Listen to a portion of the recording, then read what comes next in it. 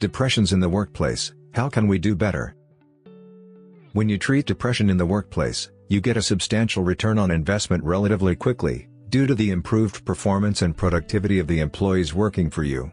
When we talk about depression in the workplace, it is apt to discuss it with both the perspectives of the depressed employee and the manager or employer.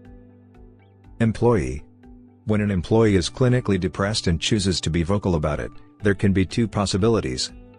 The admission of his mental struggles will be used against him and there are high chances of job termination and firing. The conditions will be heard about and understood with loyalty, and necessary actions like a referral to a health professional would be taken in this regard. In order to avoid the former action, the employees continuously struggle to try to pretend everything is normal when it most definitely is not. This can add to the mental health problems and can make them worse. Often a depressed employee will not seek treatment because they fear that it will affect their job and they are concerned about confidentiality. Thus, if employers avoid it, a lot can be done to help valuable employees recover from their depression and anxiety. If the latter action is taken, there is no better than you can do to your employee. It is a clear indication that you value him and know his potential, which might be temporarily suspended but if properly treated can again make a big difference to your organization.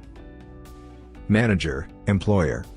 Great managers are always curious about what the needs and interests of their people. They account for the needs and interests of people in a way that enables them to connect their goals to the goals of the organization, and the only way is through a compassionate inquiry about the other.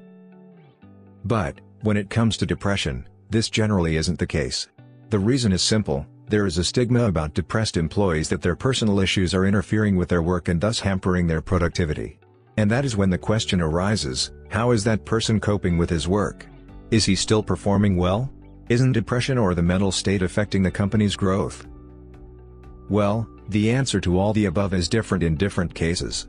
Also, these questions should be triggered directly by the individual who is dealing with the problem, but with utmost care and understanding.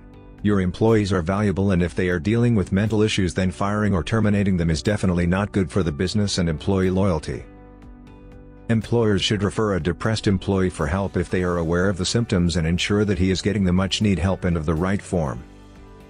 Depression is quite common and needs to be dealt with care, patience, and understanding. The fact is that employers can't continue to toss valuable people from the workforce because they run up against a personal problem and have a temporary, or treatable, issue. It's morally reprehensible and doesn't even make good business sense.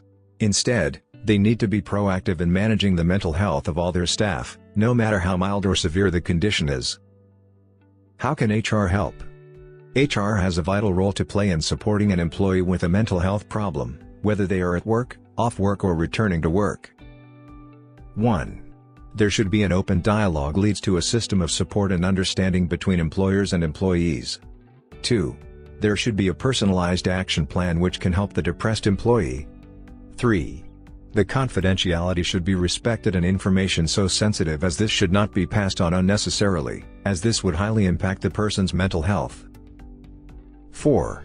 No assumptions should be made pertaining to the cause of the depression or the mental health problems. 5. Employee assistance programs including confidential mental health services should be encouraged to help in such situations. To conclude with, there should be openness about the real experiences of actual people who are struggling with how they are different. The more these stories are told and heard, the easier it becomes for you to tell your story. That's how cultural change happens.